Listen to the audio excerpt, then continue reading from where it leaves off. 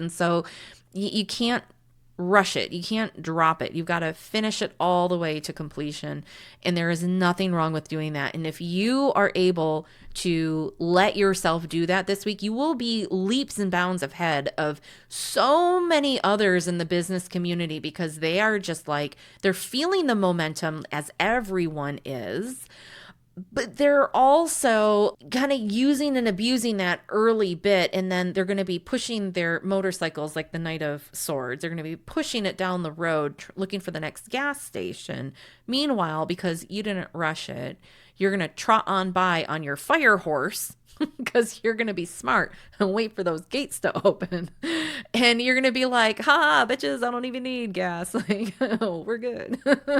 So like that is kind of the vibe that I'm getting this week. So I feel like somebody in here is laughing at that. Please, somebody be laughing at my bad jokes.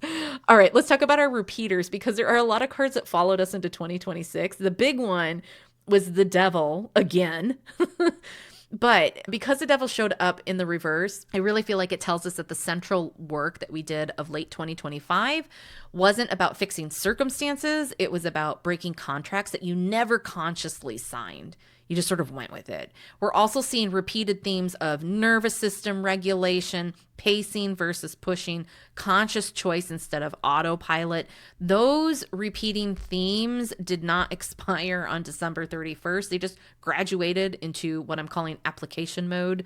So you are now running the programs on your computer, and it's really important that we recognize that. But the big repeater that I wanted us to talk about was the Devil, but we have also seen those twos show up a lot. And also the Three of Swords has been stalking us just a little bit, but it's been a few weeks since we've seen it. So I really feel like that, again, is that sort of like residue energy. All right, your journaling prompt, if you would like to do a journaling prompt with me to kick off your year, the question is, what lesson from 2025 do I no longer need to rehearse because I'm finally willing to honor it? We're just going to live it. So write the answer without explaining it. You don't need to justify it. You can process your backstory, but you don't need to justify the backstory. You just need to tell the truth to yourself. And that's how you know the work is complete. If you're not justifying and you're not trying to fill in extra backstory, you're just like, here's the truth. Here's how I feel.